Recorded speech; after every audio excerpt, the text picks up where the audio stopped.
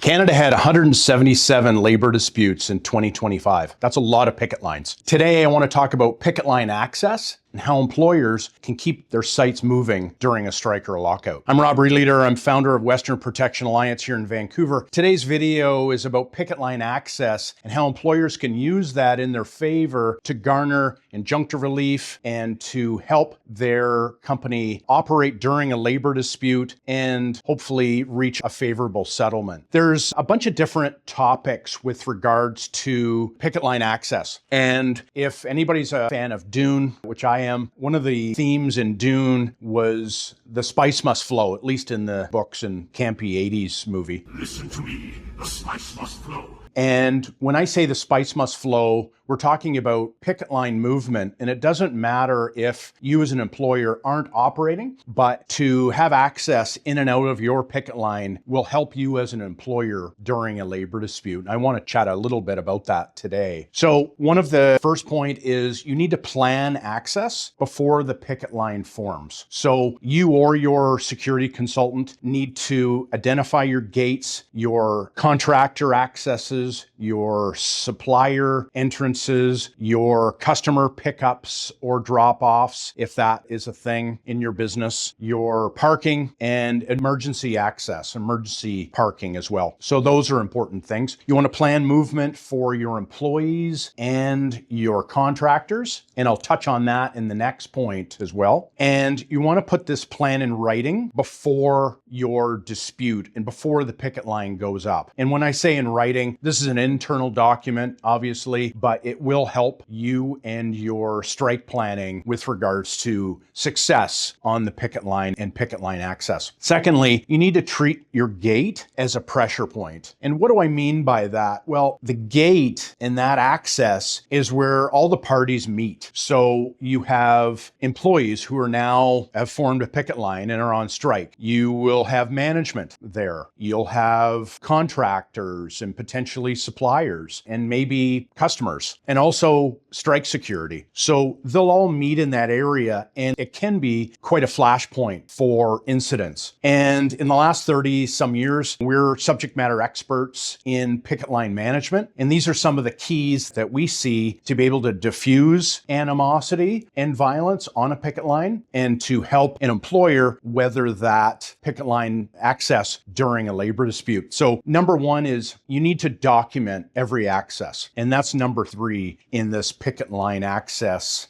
video. You need to record the date and time that needs to be stamped. You need to detail location, the people involved, the vehicles, the weather, the delays, and what actions were taken by all parties. So the video is a great tool to use because it can capture a lot of those things, but backing that up is the individual, is the camera operator, and often they're called on to create an affidavit and or testify if it goes that route as well to that evidence. That really is what you're forming. So as detailed as possible on your recording for that picket line egress ingress. That's very important. You want to use the video for photos, for logs, for incident reports, supervisor logs, and all those actions. That's going to be critical. And just like I've talked in previous videos about continuity of evidence and the importance, you need preservation of evidence in this regard. So preserve all the video, all the pictures you're taking, and that is used as an employer. You need to use that for yourselves internally, but more importantly, I would argue for your labor lawyers and or future action. So the labor lawyers are going to be taking that evidence and assembling that to garner that injunctive relief to ultimately limit the amount and scope of picketing, and depending on the provincial jurisdiction, getting an enforcement order tacked on to that injunction to limit, again, that scope and amount of pickets. So that's going to be critical as well, is you're documenting every access for this picket line environment. And then you want to define the roles before the dispute escalates. And it's all about communication. Like in business, communication's really key, but you want to detail these roles prior to a dispute, not just before it escalates. but you want to define, for example, what security does. So your strike security needs to observe, document, support access, report the incidents that take place during those picket line crossings. And a lot of people argue that management then decides who contacts the lawyers and or the police. I actually take a different tactic or attack to it in that I think if you have competent strike security, they should be the ones that contact the police, certainly, and probably the labor lawyers, because they'll know what evidence is required and needed by the lawyers, by police if there's criminal activity and that sort of thing. So when it comes to management and you as an employer, certainly the communication to talk to your customers and suppliers and those sort of folks, then that's on you. And it should be, because strike security will never know your business as well as you do. Bear that in mind. But if there's expertise involved with your strike security, they should be the ones to be able to contact the police, contact the labor lawyer with proper evidence. It's like the cry wolf adage. And if you are contacting the police as an employer for incidents that don't warrant potentially police response, they won't probably attend as quickly in future. So bear that in mind. And that goes to wanting to hire professional strike security to begin with, which I've talked about in previous videos. And please remember that the police will keep the peace, but you as an employer, you need to have a plan. And that plan needs to involve picket line access and picket line management. So that's going to be important. If you like the content in this video, please like and subscribe and share. And if you want to reach out to me individually, feel free at releader@westernalliance.ca. And our telephone number here is 604-271-7475. Thank you.